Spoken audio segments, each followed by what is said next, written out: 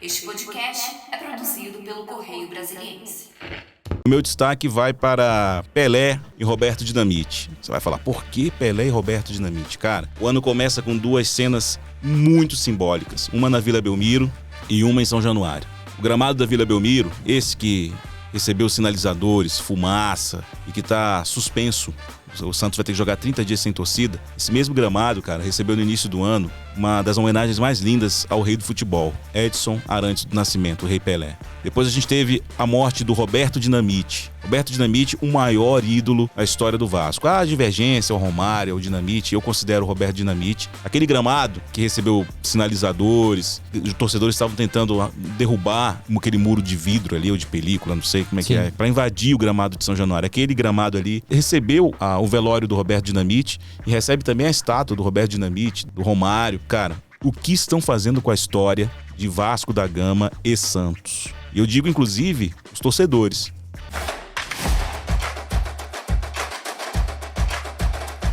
Olá, tudo bem? Entrando em campo o episódio 16 do podcast Correio no Brasileirão 2023. Rimou de novo e nós estamos chegando, meus amigos, próximos de 1/3 do Campeonato Brasileiro. Olha aí, barrinha de download segue evoluindo.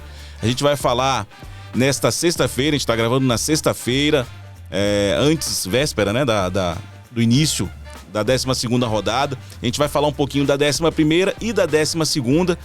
E tem muito assunto para conversar aqui com os meus amigos da Editoria de Esportes, Vitor Parrini, Paulo Martins e Danilo Queiroz.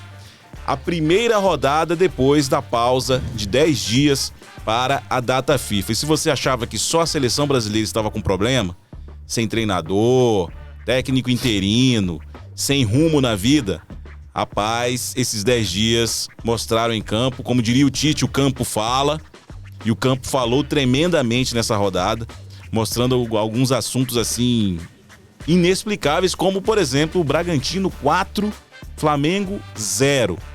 E aí teve o Palmeiras também que perdeu, acredite se quiser. O Corinthians, que todo mundo tava só batendo, ganhou do Santos, e cenas lamentáveis na Vila Belmiro e em São Januário. Mas eu vou perguntar para os meus amigos primeiro aqui quais são os destaques de vocês sobre a 11ª rodada, antes da gente falar da 12ª. Parrinho, seu destaque sobre a rodada. Olá, Marcão, amigos. Eu vou emendar 2 destaques em um. Os dois envolvem o Vasco. Primeiro para a torcida, né? Tudo bem que a gente tem que criticar a torcida do Santos, mas acho que a do Vasco agiu ainda pior, porque viu o que aconteceu na Vila Belmiro e decidiu repetir, né?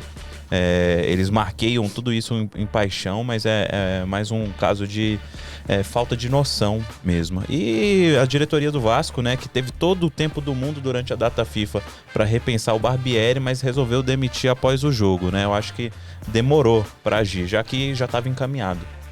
Esse é o seu destaque. Eu vou pedir pro Danilo passar pra gente os resultados da rodada. Você que tá perdido ainda, não conferiu. Eu acho muito difícil alguém não saber os resultados do Brasileirão, mas a gente vai passar pra você. Danilo, os resultados da 11ª rodada. Vamos lá, na quarta-feira, São Paulo 2, Atlético Paranaense 1, Fortaleza 1, Cruzeiro 0, Corinthians 2, Santos 0, Fluminense 1, Atlético Mineiro 1, e Bahia 1, Palmeiras 0. Isso na quarta-feira. Na quinta-feira tivemos Grêmio 3, América Mineiro 1, Goiás 1, Vasco 0, Internacional 1, Curitiba 0, Botafogo 1, Cuiabá 0 e o 4-0 do Bragantino ao Flamengo que você já citou. Isso, o destaque do Parrini então vai para o Vasco, a torcida do Vasco.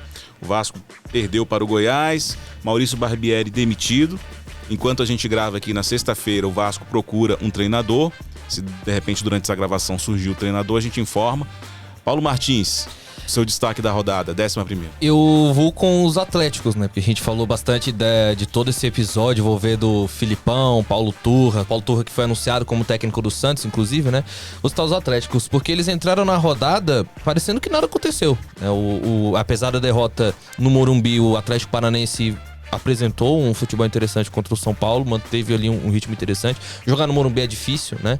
Mas ainda assim o Atlético Paranaense impôs um certo ritmo de jogo, fez uma partida interessante. Já o Atlético Mineiro, de técnico novo, empatou com o Fluminense, né, que era para ser até um jogo mais difícil do que o esperado. E inclusive tem a própria coisa do Fernando Diniz, né? Que o Filipão estreou tranquilo, empatou, tudo ok. E o Diniz protagonizou aquela cena estranha com a arbitragem, né? Capitaneada pelo Ramon Abate Abel. Acabou sendo expulso, né? Naquela coisa da tolerância zero que ainda segue, né? Apesar de parece que não há. Porque eu até tenho a impressão que a arbitragem maneirou um pouco. Também foi expulso. Então acho que os Atléticos reagiram bem a todas essas polêmicas que passaram na data FIFA.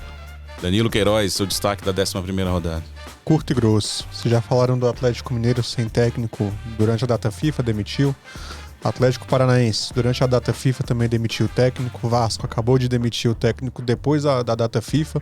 O único time que, a gente até comentou isso na quarta-feira, que fez as coisas, não que demitir técnico seja certo, né? Mas que seguiu um cronograma mais certinho foi o Goiás. Que contratou um técnico antes da data FIFA, fez um processo mais com calma para o cara conhecer o elenco, o resultado tá aí, 1-0 ontem. Claramente, sim. O meu destaque... Embora tenha ganho de 1-0 com um chute a gol, assim, não foi muito pelo desempenho, mas os no dois, resultado. o Goiás e o Vasco fizeram gols, né? Foram anulados, né? Um de cada tempo. lado. O do Goiás foi o único chute na direção do gol, assim, que valeu o 1-0. O meu destaque vai para Pelé e Roberto Dinamite. Você vai falar, por que Pelé e Roberto Dinamite? Cara, o ano começa com duas cenas muito simbólicas. Uma na Vila Belmiro e uma em São Januário. O gramado da Vila Belmiro, esse que recebeu sinalizadores, fumaça, gente tentando ou invadindo o gramado e que está suspenso temporariamente pelo STJD 30 dias. por 30 dias. O Santos vai ter que jogar 30 dias sem torcida. Esse mesmo gramado, cara, recebeu no início do ano uma das homenagens mais lindas ao rei do futebol, Edson Arantes do Nascimento, o Rei Pelé. A imagem da Vila Belmiro viralizou no mundo. Craques, presidente da FIFA foram até a Vila Belmiro, a vila mais famosa do mundo. Depois a gente teve a morte do Roberto Dinamite. Roberto Dinamite, o maior ídolo da história do Vasco. A divergência, o Romário, o Dinamite, eu considero o Roberto Dinamite, na minha modesta opinião, o maior ídolo da história do Vasco. Aquele gramado que recebeu sinalizadores, e os torcedores estavam tentando derrubar aquele muro de vidro ali, ou de película, não sei como é que é, aquele vidro ali, para invadir o gramado de São Januário. Aquele gramado ali recebeu o velório do Roberto Dinamite e recebe também a estátua do Roberto Dinamite, do Romário, ali naquele gramado. Cara, o que estão fazendo com a história de Vasco da Gama e Santos? Eu digo, inclusive, os torcedores. Assim, eu considerei um total desrespeito não somente à história do clube, ao patrimônio do clube, como esses dois ídolos que a gente está comentando aqui, Pelé e Roberto Dinamite. Esses caras devem ter se revirado no túmulo diante do que aconteceu. Então eu acho que a torcida do Vasco, a torcida do Santos, e principalmente as diretorias desses clubes precisam fazer uma reflexão urgente sobre a reinvenção desses clubes. O Vasco está caminhando para a SAF, o Santos há rumores de investimento árabe, vindo do Catar. Agora, é inaceitável que o Santos, se você pegar o Santos, eu vou citar pelo menos alguns jogadores aqui. O Santos vendeu o Robinho no século, o Santos vendeu o Neymar, o Santos vendeu o Diego, e aí a gente vai lembrar de outros. Tem o zagueiro Alex, foi jogar no exterior, o Alex de 2003, Elano. Houve uma venda boa também do Renato. Sim. O que foi feito com esse dinheiro, cara? O que foi feito com tanto... porque o raio sempre cai na Vila. Surge um Neymar, surge um Pelé, surge um Robinho. Eu tô falando do Robinho jogador, tá? Não tô... o Robinho, o que tá acontecendo na história do Robinho. Aliás, meus parabéns mesmo para a reportagem do UOL. Se ainda houvesse prêmio ESSO, ganharia o prêmio ESSO. Uma baita reportagem, podcast do UOL sobre o Robinho. Quem não ouviu, ouça e prepare o estômago, porque é de embrulhar. Mas sensacional. Esqueci agora, se vocês puderem me ajudar, o nome dos repórteres para dar o crédito. Mas é sensacional. Eu tô falando do Robinho jogador, enquanto o Robinho aparentemente tinha juízo. E o Robinho rendeu muito dinheiro pro clube, foi vendido pro Real Madrid. O Diego foi vendido pro Werder Bremen, depois passou pelo Atlético de Madrid. O que foi feito com esse dinheiro, cara? O que foi feito com esse dinheiro?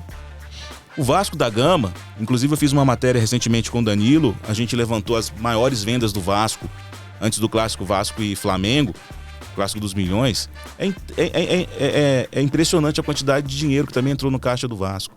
Então, e esses clubes hoje vivem essa crise, essa falta de identidade.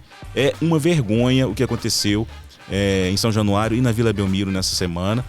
E que o STJD realmente puna. Tem que punir, isso tem que servir de exemplo para os outros clubes. E aparentemente não foi exemplo, porque menos de 24 horas depois de o STJD punir o Santos, com 30 dias sem torcida. Até menos de 12 horas. Exatamente. Né? Isso aí. A torcida do Vasco, ó. Não teve um cara que levantou e falou assim: galera, a gente vai ficar 30 dias também sem poder entrar aqui em São Januário. Os caras não conseguem raciocinar. E aí, o que a gente tá vendo são essas cenas absurdas. Uma semana totalmente esquisita no futebol brasileiro, porque a gente tem uma seleção sem técnico, uma seleção que decidiu esperar um ano por um técnico, uma seleção que procura um técnico interino, e a gente tem 2 dos maiores clubes do país protagonizando essas cenas de vandalismo em São Januário e na Vila Belmiro. O futebol brasileiro realmente precisa de uma reflexão urgentemente, Parrini. Você falou do Vasco, né? Vasco foi punido, o STJD divulgou aí a punição, a mesma do Santos, né? 30 dias sem torcida, e isso vai impactar em 5 jogos, né? Contra o Cuiabá, já na segunda-feira, Botafogo e Vasco, Clássico, Vasco e Cruzeiro, América Mineiro e Vasco e Atlético. Então a medida também se estende aos jogos do clube como visitante. Exatamente. Então, vai ter torcida única quando for jogar fora de casa, né? Exatamente. E também só aproveitando, deixa, Marcão, para as diretorias pararem de procurar culpados também, né? Porque que a gente vê em muitos desses casos é o que? Acontece tal episódio, acontece vandalismo, aí a diretoria solta uma nota, demite um técnico, como foi o caso dos 2 times, mas e depois vai soltar a notinha e vai dizer: nós não compactamos com isso, a torcida tem que entender. Fala, ué, mas e a parte da diretoria? Não pode reclamar também? Não deve se reclamar? E muitas diretorias, muitos presidentes, eles bancam torcidas organizadas, bancam parte desses torcedores que fazem isso. E depois vai reclamar com nota. Tem uma hora que eles racham com esses caras, depois eles voltam a abraçar esses caras, dão ingresso para esses caras, depois não dão mais ingresso. Então é muito complicado. É um tema para um podcast assim à parte. Você falando de podcast, vou abrir aqui rapidinho a matéria do UOL. Se eu vou falar os nomes que tá aqui assinando a matéria, se tiver, às vezes você lembra. Tá aqui assinado pelo Adriano Wilson e a Janaína César. Não sei se foram eles que produziram o mesmo podcast, só dando também um servicinho, que tem mais um episódio previsto para hoje, outro pro dia 27, um pro dia 30 de junho e outro pro dia 4. Só para dar o... Então, só resumindo, para sintetizar e fechar esse momento, é o que eu vinha falando. Uma seleção brasileira sem técnico, disposta a esperar um técnico italiano por um ano, à procura de um técnico interino para fazer essa transição. Além disso, Vasco e Santos protagonizando cenas de terror nos estádios, porque tem gente que foi lá só para se divertir, cara, só para assistir jogo. E para concluir, a gente teve nessa semana, bem lembrado pelo Danilo aqui, esse episódio do UOL Podcast desmascarando o Robinho com grampos assim de embrulhar o estômago, e a gente teve o Daniel Alves dizendo que perdoa a vítima do que ele protagonizou lá em dezembro, numa discoteca, ou teria protagonizado em uma discoteca, e ainda continua preso em Barcelona, e em breve será julgado, a gente tá aguardando. E ainda se tratou de se comparar com o Robinho, né? Como se é coisa de crime, falou que não foi covarde, né? Exatamente. Se ele não fosse covarde, não teria feito a porcaria que fez, né? Então esse é o momento que vive o futebol brasileiro. Ah, mas ele tá lá fora, tá no exterior, não sei o quê, não tem nada a ver com futebol. Tudo tem a ver com futebol. Tudo isso tem a ver com futebol e assim, é lamentável. A gente só tem aqui a condenar tudo isso que está acontecendo com o futebol brasileiro. Realmente merece uma pausa para reflexão, no mínimo. Aquela parada obrigatória, um freio de arrumação, porque realmente, isso a gente está falando de 10 dias em que o futebol brasileiro ficou parado para assistir o jogo da seleção, né, na data FIFA. Então é complicado. Mas eu tenho um assunto aqui para falar com vocês. A gente não pode deixar de falar do Botafogo. Botafogo, líder do campeonato, 5 pontos de vantagem em relação ao Palmeiras, que é o adversário do Botafogo na próxima rodada, na 12ª rodada. E mais uma vez o Tiquinho decidiu o jogo, meus amigos. O que vocês têm a falar sobre isso? Antes de você falar rapidinho, só Sim, dar claro. uma coisa que eu tava pensando esses dias, que eu acho que eu até comentei contigo na redação, de que tá na hora também da gente parar de tratar o Botafogo como como surpresa na liderança, né? Já foram 11 rodadas, Sim. são 5 pontos de diferença, 9 vitórias em 11 jogos, enquanto o Botafogo... A diferença de 2 vitórias pro Palmeiras, por exemplo. Né? 3, são 3. O Palmeiras tem 6, o Palmeiras tem Botafogo 6, tem 9 verdade. agora. Uhum. Então, minha sugestão é, enquanto o Botafogo se comportar como um candidato ao título de verdade, vamos... Que é o Sim. que tá acontecendo. Que várias vezes a gente falou, pô, o Botafogo não vai conseguir manter e tal. Eu acho que já tá até na hora da gente mudar um pouco o discurso, porque Sim. o Botafogo Cara, com exceção do jogo de ontem, o Botafogo não jogou bem. Mas a maioria dos jogos ganhou jogando bem. Então, assim, enquanto o Botafogo se comportar como realmente um candidato ao título, pode até não ganhar depois. Mas eu agora coloco naquela prateleira de candidatos que a gente sempre fala aqui. Sim, sim. Mas tem também um detalhe, Danilo, que dos times que estão ali no G4, né? Tirando o Grêmio que entrou no G4 nessa rodada com a vitória sobre o América, todos jogaram mal. O Palmeiras jogou mal, o Flamengo, nem o que falar então do Flamengo, né? Vai lembrar que alguns times ainda estavam sofrendo com essa coisa dos convocados, né? O Flamengo não contou com o Pedro, o Palmeiras não contou com 3 titulares, né? O Botafogo não teve problema algum com isso e ainda assim se complicou pra ganhar do Cuiabá. E é uma tranquilidade que o Botafogo ganha agora pro jogo do fim de semana, né? Que se perde, vai a 2, não tem problema algum. E tem também esse fator do gramado sintético, né? Que agora mais igual. Lembrando que o Botafogo, tirando o 4-0 do último Campeonato Brasileiro, é um time que sempre complica a vida do Palmeiras quando vai ao Palestra Itália. Então vai ser um jogo realmente difícil para as duas partes, né? Até porque o Palmeiras vai voltar a jogar com os titulares todos, coisa que não aconteceu no meio de semana na derrota pro Bahia, e o Botafogo já vai ter essa sequência um pouco maior agora. Parrini, eu tenho lá em casa os gols do Túlio Maravilha, rodada a rodada, no Campeonato Brasileiro de 95. Eu venho batendo nessa tecla. O Tiquinho Soares, ele tá lembrando demais o Túlio Maravilha no Campeonato de 1995. A única diferença é que o Túlio Maravilha tinha um parceiraço de ataque, que era o Donizete Pantera. E a essa altura do campeonato, eu comparei, fiz o recorte das 11 rodadas de 95 e de 2023. Parrinha, é impressionante. O Túlio Maravilha tinha 11 gols a essa altura do campeonato. E o Tiquinho Soares tem 9, cara. Olha só. São 2 gols a menos, mas você vê como o futebol mudou, a intensidade é maior, a cobrança é maior. O Botafogo tava jogando Copa do Brasil. Só uma correção, eu escrevi no blog, são 10 gols, tá? O Túlio tinha 10 gols em 11 rodadas em Ele 1995. Diferença de uma, né? E o Tiquinho Soares tem 9. Você vê, o futebol mudou, a intensidade está maior, e um Botafogo que além do Campeonato Brasileiro estava jogando também a Copa do Brasil e ainda está na Sul-Americana, ou seja, Sim. então são números expressivos, atuações expressivas dele, mesmo quando o time não está bem.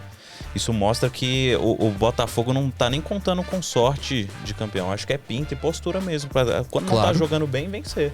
E o futebol também é assim. Feio é não vencer, é não fazer gol.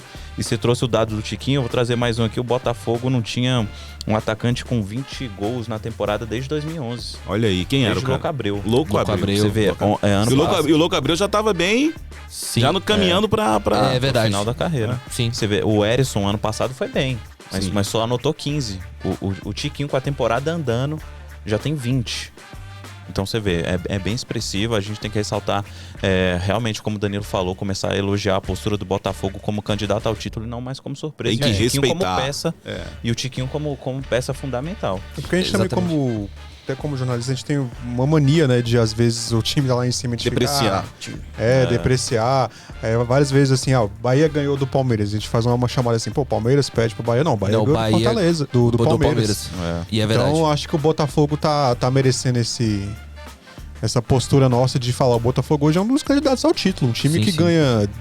De 9 jogos. 9 jogos em 11. Não empata, né? Tá com 27 pontos, né, no nenhum Brasileirão. empate. Exato. Não empatou ainda, a gente fala de regularidade. Tem 2 fatores, Paulo, que são interessantes nessa situação do Botafogo aí. Uma delas é o Eduardo, que não jogou essa partida, né? Uhum. O Eduardo não jogou e o Botafogo mesmo assim Ele conseguiu... tava suspenso. Suspenso. Conseguiu se comportar. E o que pode abalar o Botafogo é esse assédio do mundo árabe Do Al-Nassr. ao Luiz Castro, né? É verdade. E como a janela tá bem na metade, ainda tem muita coisa pra acontecer. pro Botafoguense não quer que nada aconteça na janela. É que janela nenhum, derruba a janela, faz uma parede ali. Parede de transferência, não vai passar nada daqui. Que fica o Luiz Castro. Que, inclusive, foi uma coisa que eu falei no podcast passado, né? Se fosse no final da Taça Rio, ele já tava na Arábia tem muito tempo. E também deixar outra coisa marcada, que eu havia dito, e até contrariar um pouco essa lógica que o Danilo disse de forma correta, dessa coisa do jornalista falar que, tá lá em cima vai depreciar. Eu tinha falado já no podcast, alguns capítulos atrás, que pra mim o Botafogo parece carta marcada no G4. Pra mim parece que vai ser isso. Mas eu ainda acho que o Botafogo não chega a pegar o título. Ainda não acredito. São 5 pontos, tudo bem. Mas o elenco eu acho que não é a mesma coisa ainda. É um time interessante, sim. Pode Se até ganhar mudar do de Palmeiras, abre? Abre, claro, com certeza. Vai ser um jogo complicado para as duas partes, é confronto direto. Né? Acaba sendo um jogo de 6 pontos, apesar de estar em 5. Mas pode abrir, mas eu ainda acho que é muito longe, né? Muito longe. Se a gente pegar também uma outra comparação, vários times que viram a liderança, a gente tá carregando agora pro final de primeiro turno, vários times que viram a liderança no primeiro turno nem sempre se sagram campeões. Né? O Botafogo, inclusive, foi líder em 2007 do primeiro turno e o São Paulo acabou ganhando o título. Vamos ver. E lembrando que o São Paulo era o grande time da época, né? Esse jogo contra o Palmeiras vai ser um bom balizador do que o Botafogo pode fazer no restante da temporada. E eu quero falar um pouquinho do Palmeiras, que vai ser o adversário do Botafogo e é o vice-líder do campeonato Brasileiro. Houve uma grita geral por parte não somente do Palmeiras, mas também de comentaristas, nós da imprensa, de que o Palmeiras foi prejudicado pela CBF, porque não teve Rafael Veiga, porque não teve Rony, o Everton, Piquerez. Bom, aí a minha crítica à diretoria. Onde estava a senhora Leila Pereira quando olhou para a tabela no dia do conselho técnico realizado pela CBF? Onde ela estava que não viu que o Palmeiras, que o time dela, jogaria um dia depois do amistoso da seleção brasileira? Porque os dirigentes, eles adoram... Eu tenho informação disso, de conselho técnico. O dirigente adora chegar lá e ficar fazendo piadinha. Vou levar teu jogador, vou contratar teu jogador. Pô, tá demais, tô recebendo pouco da TV. Na hora de discutir o que é sério, os caras não discutem. Aí saem assinando o contrato, assinam um regulamento. Não e se lê letra miúda, né? E depois, na 11ª rodada... por que o meu jogo foi depois? Cara, por que você não viu? Olha só. Conselho técnico, o seguinte. Eu me recuso a entrar em campo na 11ª rodada... um dia depois do jogo da seleção brasileira, porque eu pago caro pelo meu jogador, a minha folha de pagamento é bilionária e eu me recuso a jogar sem Piquerez, sem Rony, sem quem quer que seja nessa partida aqui. Mude a minha tabela. E culpam só a CBF. Culpam somente a CBF. Esquecem que existe direito de transmissão. Então, o canal sentou com a CBF e escolheu, eu quero esse jogo aqui, ó. Quero esse jogo aqui, Palmeiras e Bahia, 21h30, quarta-feira. Por que a Leila Pereira não chegou? Olha só, legal que você quer transmitir meu jogo, mas não dá pra transmitir porque eu não vou jogar sem esse e esse jogador. Porque isso vai ser pior até pra sua transmissão, porque você não vai ter as principais estrelas do espetáculo, tá bom? Então eu vou jogar na quinta-feira. Por que raios a CBF não colocou todos os jogos na quinta-feira? Porque existe um contrato de transmissão, a TV certamente não aceitaria ficar sem jogo. Então, os presidentes, em vez de ficar sentado lá na mesa só rindo, tomando cafezinho e discutindo coisas inúteis, fúteis, porque eles só querem... Por que a Liga não saiu do papel ainda? Porque eles só querem discutir televisão, cara. Eles não discutem calendário, como é que vai ser o calendário, não discutem esses assuntos. Olha só, quando a seleção brasileira jogar, tem que ter um intervalo de um dia e a rodada toda ser na quinta. E a outra rodada toda no domingo. E quem não tem competições paralelas, joga na segunda-feira. Caso do Vasco, caso do Cuiabá e outros clubes. Eles não discutem isso, cara. Então, assim, eu concordo em parte com a reclamação. O Abel Ferreira foi até muito educado na reclamação dele. Mas eu acho que alguns setores de crítica ao que aconteceu com o Palmeiras exageraram. E eu quero lembrar mais uma coisa aqui. O Palmeiras se coloca de vítima nesse momento, mas eu tô lembro lá no blog, em 2020, o Flamengo ficou sem 16 jogadores por causa de Covid, uma doença que ninguém nem conhecia. 16 jogadores. O Flamengo pediu pro Palmeiras, vamos adiar essa partida, não tenho condição de jogar. O que o Palmeiras fez? Entrou em campo. Tô nem aí, meu amigo, vem jogar aqui. O Flamengo conseguiu jogar 1-1. Então quem se coloca de vítima hoje, esquece do que aconteceu lá atrás. Então, eu acho que é o momento também de ser honesto consigo mesmo na hora de fazer a crítica. Eu acho que é um ponto que eu quero colocar pra vocês em debate. Claro. E também quero começar falando dessa coisa toda da seleção. É mais comercial que qualquer outra coisa, né?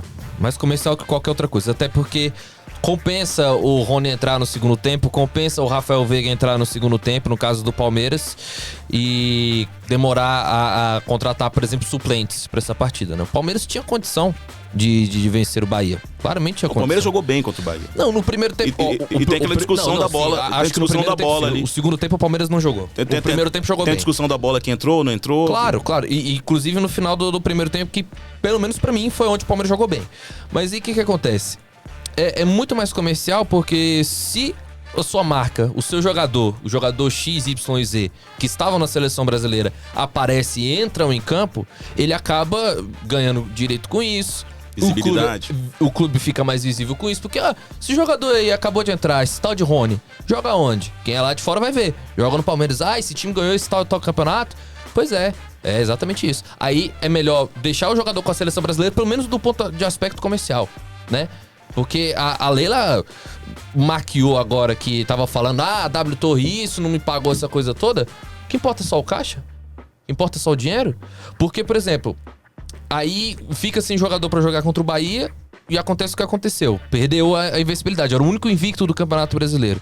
E deixou abrir 5 pontos, né? Tudo bem, pro time do Palmeiras, como vem vivendo o Palmeiras, acaba não sendo tão problemático isso. Mas ainda assim, são 3 titulares. Exatamente. São 3 titulares. Aí não vem peça de reposição depois. E também fica uma outra reclamação que tá sendo bem forte por parte da torcida palmeirense do preço dos ingressos pro jogo contra o Botafogo. Ou seja, a presidente do Palmeiras, apesar de eu ter elogiado no último episódio falando sobre essa coisa da W Torre... Não, a Leila Pereira, eu quero deixar claro assim, ela faz um ótimo trabalho. Não, assim, sim, ela tem da lição feito. no Flamengo, por exemplo. Exato. As questões são pontuais ali. Claro. Mas é aquela. Ela trabalha de forma pontual, às vezes até no limite do que ela dá. Por exemplo, no limite da hora de contratar, no limite da hora de quando a pressão tá em cima, ela dá uma justificativa, às vezes a torcida cair, por exemplo, ingresso R$180 no Gol Norte, como vai ser o preço ali do jogo com o Botafogo no fim de semana. E acabarem dizendo assim, mas se vocês querem um time nesse nível, um time chegando em semifinal de Libertadores, um time ganhando o Campeonato Brasileiro, você tem que pagar o ingresso nesse preço. Né? É a justificativa que a Leila dá. Mas cadê reforço? Não vou jogar dinheiro fora. Aí, por exemplo, ela fez certo no Richard Rios, fez certo no Arthur, beleza. Só que aí, por exemplo, jogadores lá no ataque que por exemplo, já não estão dando mais. Por exemplo, o Tabata. E aí, já o caso do Tabata é um entre parênteses, porque ele é um jogador muito mais bancado pelo Abel Ferreira do que propriamente pela Leila. Foi mais um pedido do Abel. Até porque ele trabalhou junto também lá em Portugal. Era o jogador do Sporting. Mas ainda assim, dentro da questão comercial, a fala que tinha sido positiva da W Torre no meio da data FIFA acabou sendo negativa. Porque o Palmeiras não teve jogador para repor contra o Bahia, perdeu o jogo.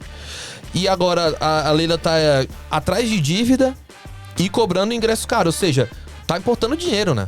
Vamos ver aí se na janela de transferência, ao que me parece, o elenco do Palmeiras, até montado no começo da temporada, não parece que vem reforço no meio do ano. E até nada é ventilado no Palmeiras. E vai ter mais data FIFA até o final do ano.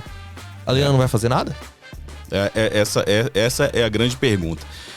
Palmeiras e Botafogo é o duelo, é o grande jogo do fim de semana pela 12ª rodada. Danilo, a 12ª rodada do campeonato pra gente encerrar aqui Palmeiras e Botafogo, vocês verem que é o principal jogo da rodada. Vamos lá, 12ª rodada começa amanhã, 16 horas com o Atlético Paranaense Corinthians, às 18h30. Deixa eu fechar aqui, minha miopia agradece, fica mais perto. 18h30 tem Fluminense e Bahia, no mesmo horário Fortaleza e Atlético Mineiro, às 21 horas o jogo do 4K, Cruzeiro e São Paulo. No domingo, Palmeiras e Flamengo, 16 horas, no mesmo horário tem Grêmio e Curitiba, 18h30 tem Santos e Flamengo, outro jogo bacana. No mesmo horário, Red Bull Bragantino e Goiás. No mesmo horário, América e Internacional. E na segunda, o Vasco jogando na segunda, Vasco e Cuiabá.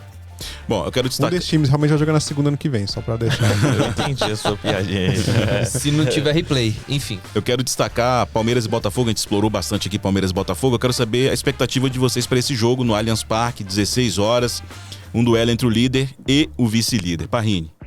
Jogão, né? Acho que assim, vai ser expectativa para ser um dos melhores desse campeonato, que tá movimentado. Né? O Botafogo realmente saindo desse status de surpresa para se colocar como candidato. Acho que para reforçar isso, para dar ainda mais moral para a torcida e pro elenco, vencer o Palmeiras é fundamental, né? É engraçado porque Palmeiras e Botafogo também é o duelo das duas equipes mais eficientes no quesito escanteio. Né? O Palmeiras cobrou 77 e marcou 4 gols.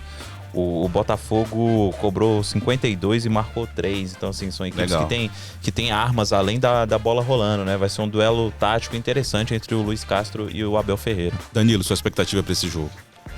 Eu discordo um pouco do Parrini, ele falando que é um jogo pro Botafogo se provar, porque eu acho que o Palmeiras vai ganhar até com certa tranquilidade o Botafogo. O Botafogo ele vai precisar se provar nas próximas rodadas que vierem pela frente aí e não perder ponto em casa, por exemplo. De pegar um Cuiabá fora de casa e ganhar mesmo jogando mal. Esse jogo aí, naquela continha que todo time faz antes do campeonato começar, o Botafogo certamente marcou uma derrota lá. Alguma. Talvez contra o Flamengo. Talvez contra o Flamengo. Eu não me recordo de 2 derrotas consecutivas do Palmeiras. Tem que pegar no... Nessa temporada teve já. Teve não, Palmeiras... não me recordo. Teve Água Santa e Bolívar. e a estreia da Libertadores. Mas são duas diferentes. derrotas em condições bem específicas, né? No Porque campeonato a derrota contra o Água Santa, tava o titular, realmente o Água Santa mereceu aquela vitória. Agora no jogo seguinte o Abel Ferreira ele abre mão do elenco. Sim. Pra jogar a volta da final. Eu digo assim, o time mesmo do Palmeiras, time A, como diz assim, em 2 jogos consecutivos é difícil achar. Capaz que a última vez foi em 2019 só. Pode ser. Tem que foi 2019 ou 2020. Então a gente tem um duelo aí entre dois técnicos portugueses na liderança ali, Luiz Castro e Abel Ferreira. E a gente tem 2 histórias muito legais de jogadores que vão se enfrentar. O Rony com uma história muito linda, cara que veio lá de Magalhães Barata, no Pará, e venceu na vida. E o Tiquinho, que é artilheiro do campeonato, e Ed Souza na Paraíba. E também o cara que foi pra Europa, veio pra cá, pro Brasil, né? Pra cá não pra Brasília, mas pra cá pro Brasil. Ele já esteve aqui também, né? E marcou gol aqui em Brasília, inclusive. Aí, conta essa história. Marcou contra o Boa Vista, o Campeonato Carioca. Teve um jogo da primeira fase. Foi 4-0 pro Botafogo. Ele marcou um dos gols da partida. Boa lembrança. Fez gol no Brasiliense também na Copa do Brasil, mas jogo no Não, mas quem não fez gol no Brasiliense? Fez 3, né? Tá bom. Olha o jogo aqui. Então, assim, muitos ingredientes legais. Esse duelo entre o Rafael Veiga e o Eduardo, que pode voltar nesse jogo, dois dos melhores meias. E os dois voltando, né? Do Campeonato Brasileiro. 2 goleiraços, o Everton de um lado, o Lucas Perry do outro. Pra mim, até agora, o Lucas Perry é o goleiro do campeonato. Então, assim, discutivelmente. Aí você tem 2 zagueiraços, o Cuesta arrebentando no Botafogo, liderando a zaga. Do outro lado você tem o Gustavo Gomes. Cara, é imperdível, é pra preparar a pipoca, sentar na frente da televisão e assistir do sofá, da poltrona. Só com esses 2 elencos a gente já consegue montar aquela seleção do campeonato de forma antecipada, né? Exatamente. Gustavo Gomes, Cuesta. Dá pra colocar o Everton, o Lucas Perry aí, que são os destaques. Pelo que o campeonato Chiquinho, Rony. Sim, pelo que o campeonato tá se mostrando até agora, seria esses 2 elencos e o Luiz Soares, né? O dupla de ataque com Tiquinho e Soares, e o resto, Botafogo e Palmeiras. E eu quero chamar a atenção também para mais um detalhe, né? O Botafogo não se encolheu contra o Flamengo. Não. Foi no Maracanã. Mais um duelo entre um time com modelo associativo e uma SAF. O Botafogo se impôs contra o Flamengo no Maracanã, 3-1. E agora vai para esse teste contra o Palmeiras, que são ali os 2 times considerados os mais fortes, né? E contra o Atlético Mineiro venceu também em casa, só que o jogo foi em casa. São ali os 3 parâmetros do campeonato, digamos assim, né? Você tava aí perguntando a última vez que o Palmeiras tropeçou 2 vezes seguidas, né? A última vez foi no Brasileirão de 2021, não 2, mas 3, pra Fluminense. Com o Abel Ferreira, novembro de 2021, Fluminense, São Paulo e Fortaleza. O Atlético Mineiro foi campeão nesse ano aí, né? Foi. São Paulo e Fortaleza. Então devia ser uma tabela pra poupar pra Copa. É muito tempo, assim. cara, é muito tempo. Se você pegar a quantidade de jogos de lá pra cá, é Muita coisa. É muito tempo. Então, assim, eu achei um vacilo do Botafogo não, mas do Flamengo, de não aproveitar essa derrota do Palmeiras, porque o Palmeiras não perde toda semana, não, amigo. É uma vez ou outra. E olha É a um condição, fenômeno, olha a né? condição que o Palmeiras perdeu. Sem esses caras aí, sem Rafael Veiga, Piquerez, blá, blá, blá, blá. E venho deixar um outro ingrediente. Os dois times têm compromissos internacionais no meio da semana. Exatamente. O Botafogo ainda não confirmou o primeiro lugar no grupo da Sul-Americana, né? Tá brigando ali com a LDU. E o Palmeiras tem um confronto diretíssimo também no Allianz Parque. Essa é a vantagem. Já o Botafogo joga no Rio contra o Magallanes do Chile. O Palmeiras tem um confronto diretíssimo no Allianz Parque contra o Bolívar, né? O Bolívar que ganhou do Palmeiras na estreia. E nesse espelhamento do fechamento da fase de grupos da Libertadores, vai jogar em casa contra o Bolívar, muito provavelmente com os titulares. Assim, o Abel não deve poupar no domingo, deve dar um pouco mais de sequência pra esse time pra voltar a jogar mais de um tempo bem, né? Porque contra o Bahia só jogou um tempo e acabou perdendo. Eu quero chamar a atenção agora pra alguém mais sobre Palmeiras e Botafogo. Acho que a gente falou bastante disso. Eu só quero pontuar com o parênteses aqui. O Danilo falou que espera uma facilidade, assim. Acho que não vai ser tão fácil assim. Não disse que vai ser fácil. Espero que o Palmeiras ganhe com bem. tranquilidade. Tranquilidade. Não, eu só me corrigindo então. Com tranquilidade. Eu não acho que vai ser com essa tranquilidade assim. Acho que vai ser um jogo um pouco mais complicado pro Palmeiras. Acho que o Palmeiras ganha o jogo. Vocês estão muito em cima do muro. 2-1 Botafogo.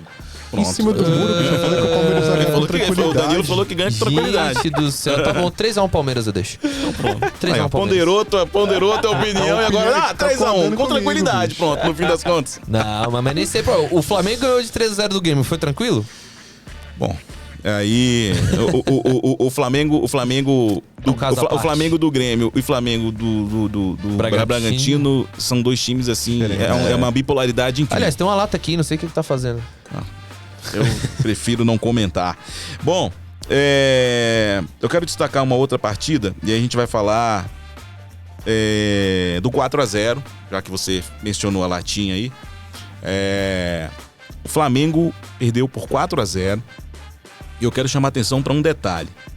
O Renato Gaúcho disse que ele não tinha um time lá atrás, né? Ainda na época do Jorge Jesus. Milhões. Não tinha um time de 200 milhões. Mas hoje, o Renato Gaúcho, sem ter um time de 200 milhões, é o terceiro colocado no Campeonato Brasileiro, um ponto à frente do Flamengo.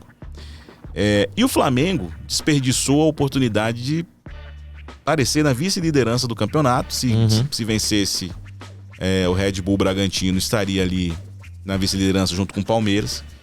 E a gente vai ter um Santos em crise, sem torcida, na Vila Belmiro. E dificilmente. E ainda não vai estar com o Paulo Torre, né? O Paulo César Falcão vai ser o interino do jogo. O Paulo Roberto Falcão. Paulo Roberto Falcão. Eu não sabia disso. Ele vai porque- descer pra ser técnico. Não vai ter tempo pro Turra assumir ainda, porque ainda tem aquela Mas coisa de o Falcão vai ficar na beira do campo. Vai. Falcão Pois vai é. ser o técnico contra o Flamengo. Pode estar ensaiando pra ser o interino do Carlo Ancelotti, quem sabe. É sério, mas eu tô falando sério, assim, há um movimento um nome há muita estranho. gente querendo o Paulo Roberto Falcão como coordenador de seleções, algo assim. Enfim, que ele esteja ao lado do Ancelotti, porque eles são amigos, muito amigos, e jogaram Na Itália. O que a gente ouve por aí é que o cargo, que antes era do Juninho, Tá extinto, do né? Juninho Júnior Paulista, Paulista. vai acabar, né? Porque o Ancelotti chega pra ser o manager, né? Não é na Europa. né? Vamos ver. Mas enfim, o que vocês esperam? Perdão. Ser o quê? O manager. O manager. Ah, ok. O que vocês esperam, começando pelo Danilo, desse jogo entre Santos e Flamengo? Jogo na Vila Belmiro. O Flamengo tava ali pertinho, em Bragança, né? O time voltou pro Rio de Janeiro, não?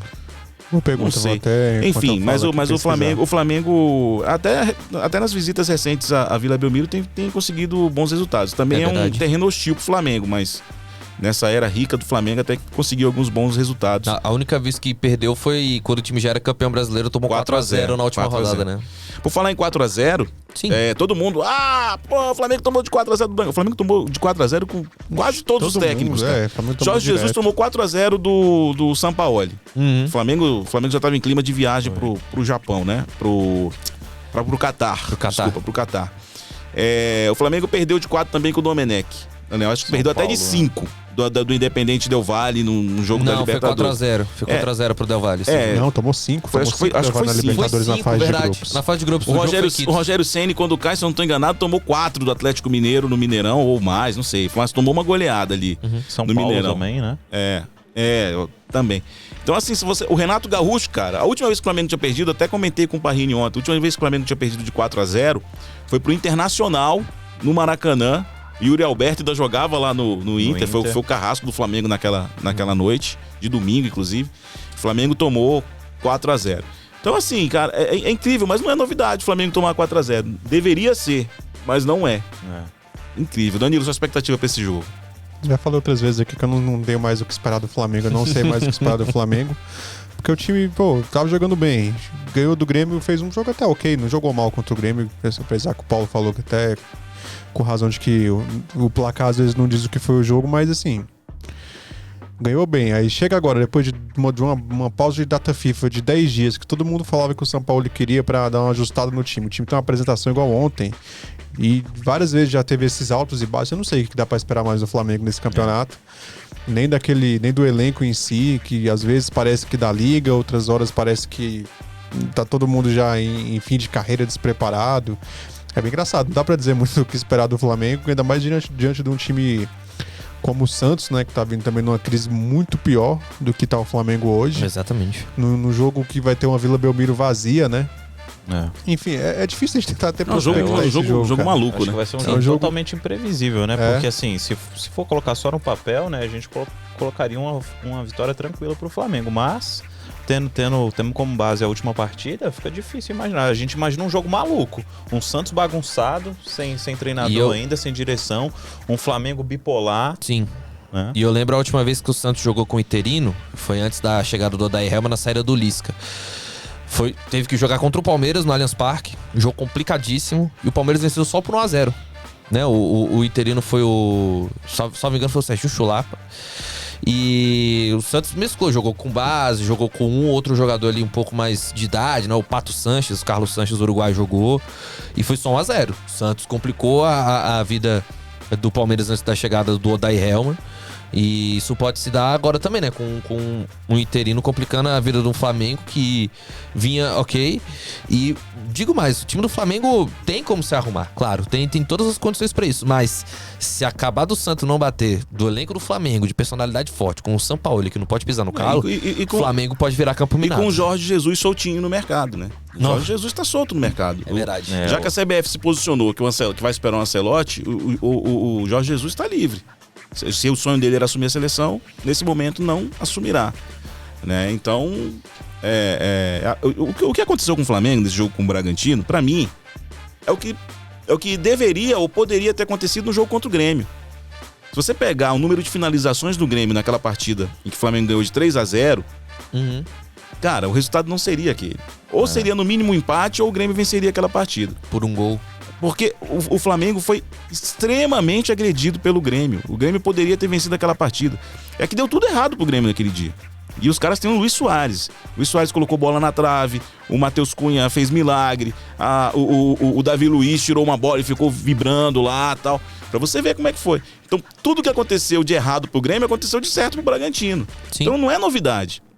O que aconteceu nesse jogo do Flamengo é uma adaptação de roteiro do que aconteceu no jogo com o Grêmio, porque poderia ter acontecido ali, o Grêmio poderia ter vencido por 3-1, 3-2. O Flamengo tem finalizado pouco naquele jogo, pegou todas as finalizações e colocou no fundo da rede. Ontem não deu um chute a gol, se você for pegar aí o scout, se vocês puderem achar aí depois, é assustador. O número Foram 36 chutes contra 7 do Flamengo. Aí.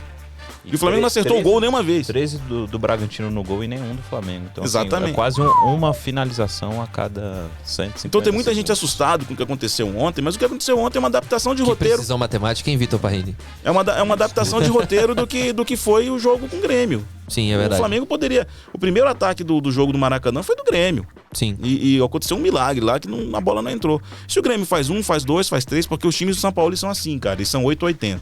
Quando dá certo, você fica encantado. Pô, Sampaoli, que coisa maravilhosa. Quando dá certo, por exemplo, quando ele ganhou do Flamengo por 4-0 contra o Jorge Jesus. Agora, quando dá errado, quem acompanha de perto a seleção argentina, por exemplo... Empata com a Islândia. Cara, toma uma goleada da Croácia. Desanda tudo. Então, esse é o Jorge Sampaoli. Agora, realmente, você tocou num ponto importante. Ou o Flamengo se arruma nas próximas semanas, e aí se arrumar é ganhar do Santos, depois ganhar do Alcas, É o Alcas, né? Na Alcas na rodada final no Maracanã. Vai o E é fantasma... confronto direto contra o Alcas. O fantasma do Jorge Jesus vai voltar, cara. Vai voltar.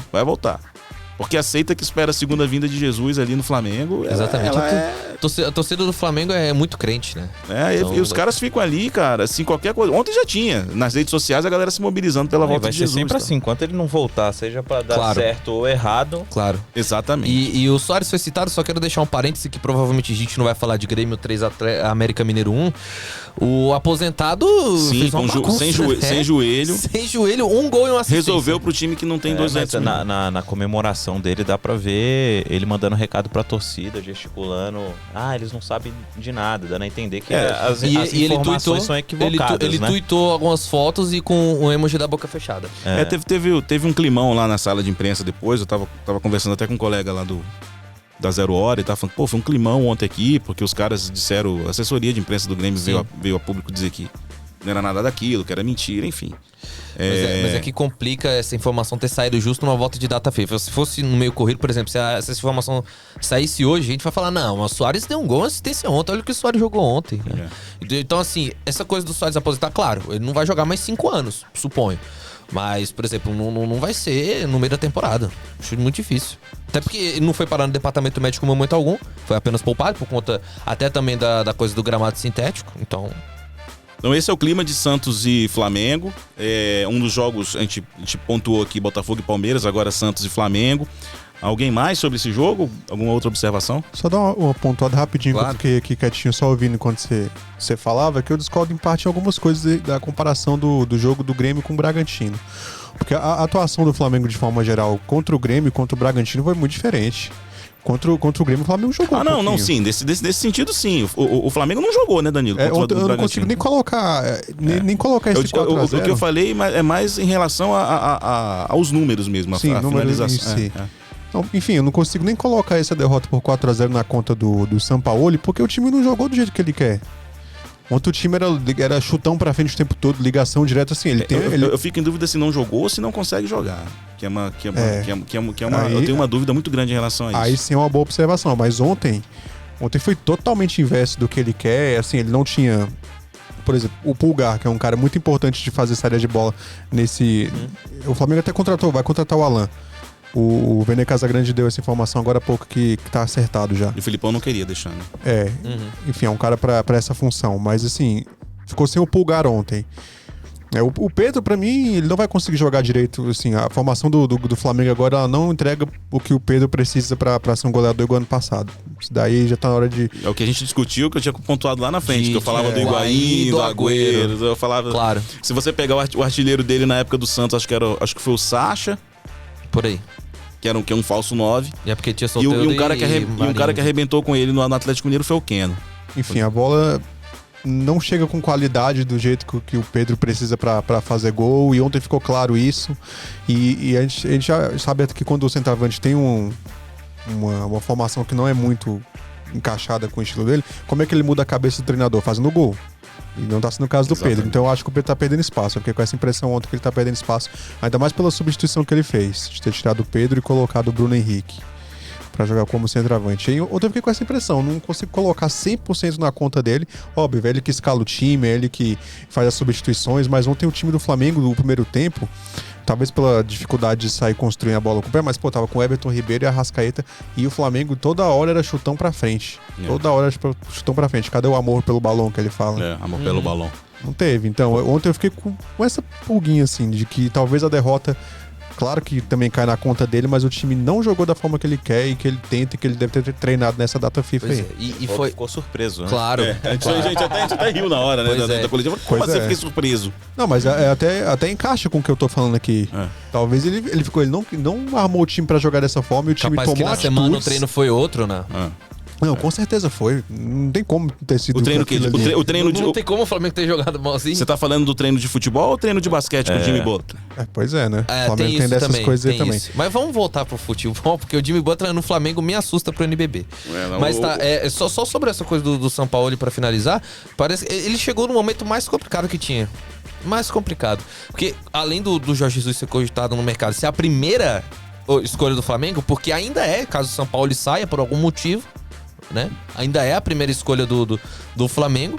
E tem muito isso de tipo, o São Paulo chegou num momento complicado com outra mudança de técnico já rápida pra poder mudar a cabeça do jogador, entendeu? Que o Vitor Pereira teve um trabalho curto pra poder reajustar o time e depois vieram os fracassos, vieram os problemas. Sai o Vitor Pereira, vem agora o Sampaoli. Aí o Sampaoli tenta ajeitar agora e o momento pro Flamengo ajeitar esse. Ou talvez seja a teoria de Mr. Marcos Paulo Lima. Até porque não estamos ainda no mês de julho. Ou seja, ainda estamos no primeiro semestre. Pode Só virar. lembrando que eu falei que o Flamengo é um time que só joga no segundo semestre E é e verdade. quando joga ganha alguma coisa. Eu quero falar somente sobre mais um jogo. Eu separei 3 jogos aqui interessantes, que são, a gente já falou de Botafogo e Palmeiras, agora Flamengo e Santos. E eu quero puxar um pouco para sardinha da editoria de esportes do Correio Brasiliense. Neste sábado a gente está soltando uma matéria sobre Cruzeiro e São Paulo. Esse duelo entre Cruzeiro e São Paulo, ele é significativo do ponto de vista da invasão estrangeira, invasão entre aspas, aqui nenhuma xenofobia, apenas um registro de que nós já temos 100 jogadores estrangeiros no Campeonato Brasileiro.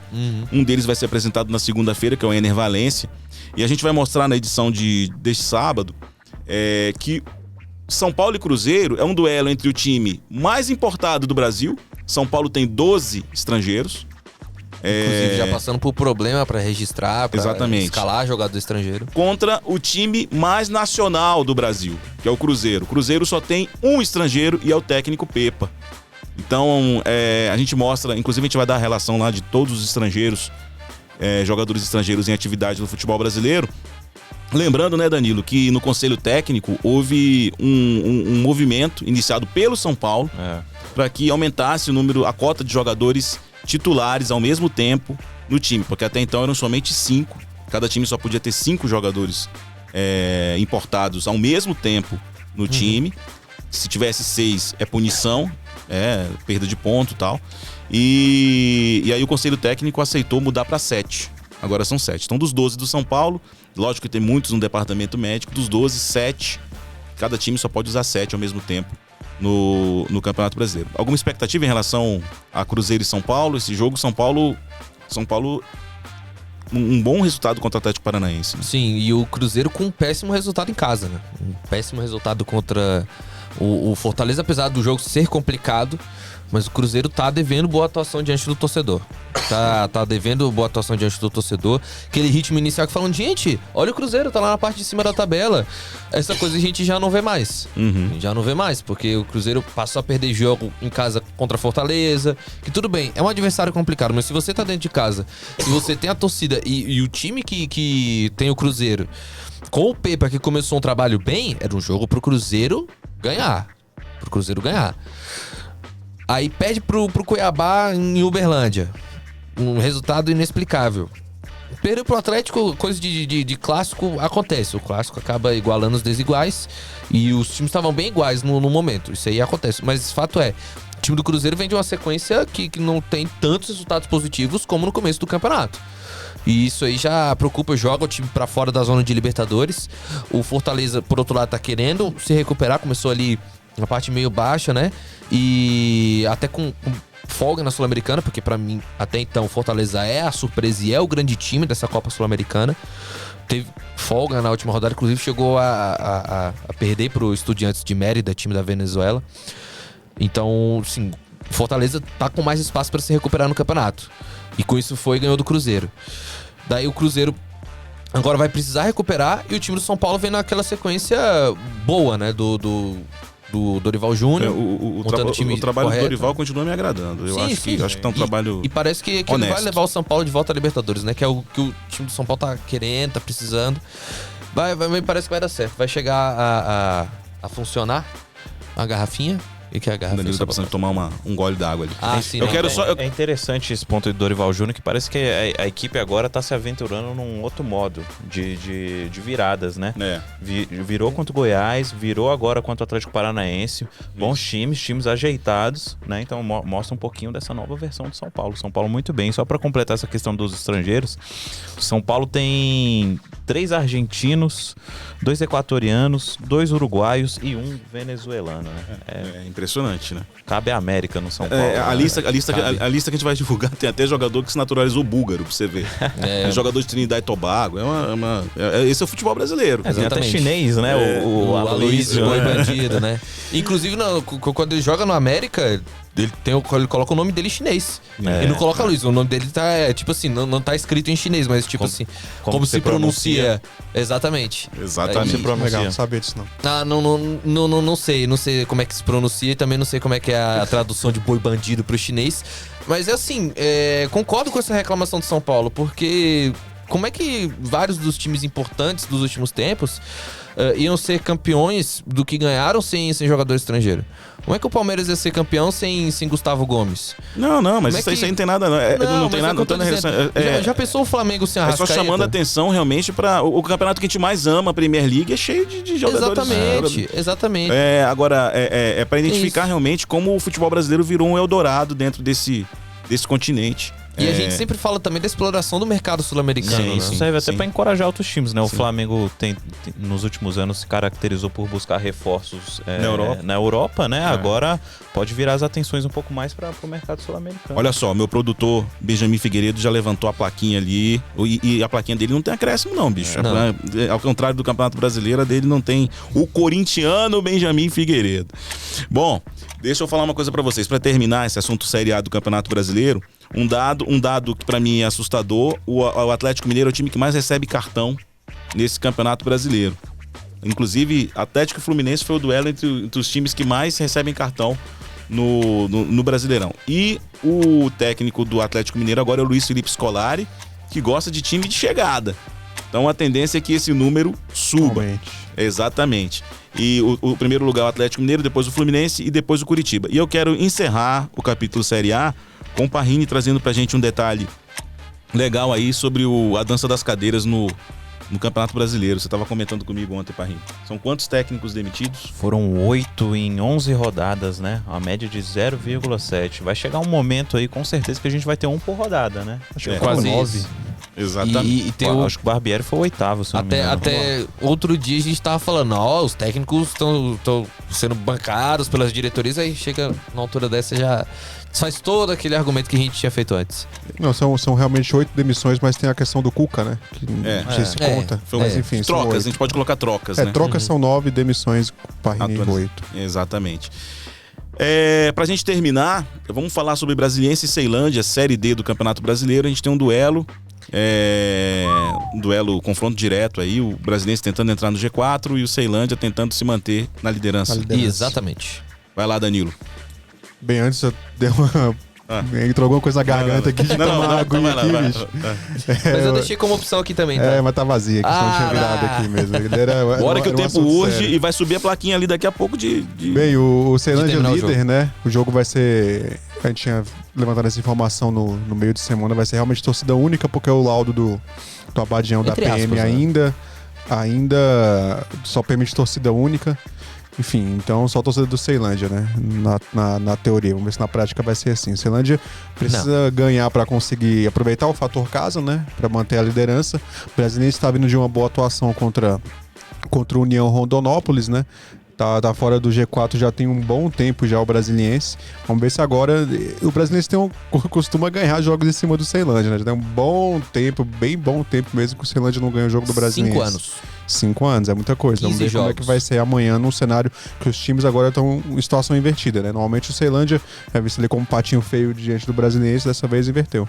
O Ceilândia tem a segunda melhor defesa do campeonato e 15 gols marcados na competição. Desses 15, 12 no Abadião. Ou seja, a cada 5 gols que o Ceilândia faz, 4 são no Abadião. É o momento certo para ganhar do Brasiliense. É o momento certo. O time do Brasiliense pode estar preocupado com essa sequência de viagens. Viajou mais que o Ceilândia nessas rodadas de meio de semana.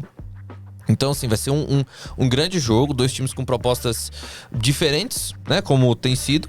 E, como eu venho dizendo, é um confronto que vai se tornando clássico, né? Muita gente não considera, muita gente considera. Eu me recuso a citar, a chamar algum jogo no futebol candango de clássico, sinceramente. Ah, como não? Não. Como não? Não tem condição. Me parece que o que tá subindo pra vez é que Ceilândia e Brasiliense se torne o mais novo clássico do DF, pra quem ainda não É um jogo considera. de rivalidade, eu acho que clássico. a gente tem que rever, né? Tudo é histórico, tudo é clássico, né? A gente banaliza realmente os Tudo é grandes atropelou, confrontos. tudo é amassou. Então, E eu sou um defensor dessa tese, mas pra mim tá crescendo pra clássico muito em breve. Parrini, a gente tá acabando. Fala pra gente sobre os jogos da Série A1. Infelizmente, o Real Brasília não está nas quartas de final, mas continua na primeira divisão. E a gente tem os jogos de volta das quartas de final, Parrini. Pois é, no domingo conheceremos 3 das quatro equipes semifinalistas. Às 10 da manhã, Santos e Flamengo na Vila Belmiro, sem torcida. No mesmo horário, Palmeiras e São Paulo. Rodada dupla de Santos e Flamengo. Exatamente. Feminino e masculino, né? E os dois na Vila. Palmeiras e São Paulo, Allianz Parque, 10 da manhã. Simultaneamente, Ferroviária e Internacional, né? Ferroviária ganhou de 1-0, São Paulo e Palmeiras empataram 1-1 e o Santos ganhou de 3-1 do Flamengo. Na segunda-feira, o Corinthians recebe o Cruzeiro no Parque São Jorge às 18h30. Timão ganhou 2-1. Tem a vantagem. Beleza, então é isso. Aqui termina o nosso podcast 16, Correio no Brasileirão 2023. Continue acompanhando a cobertura do Brasileirão na edição impressa do Correio, no correiobrasiliense.com.br, no blog Drible de Corpo, nas redes sociais. Você fica sabendo de tudo um pouco sobre o Campeonato Brasileiro. Eu quero agradecer a produção e edição do Benjamin Figueiredo, a editora do correiobrasiliense.com.br, Mariana Niederauer. E fica o meu abraço aqui para todos vocês. Valeu pela audiência. Um abraço, toco e me voe.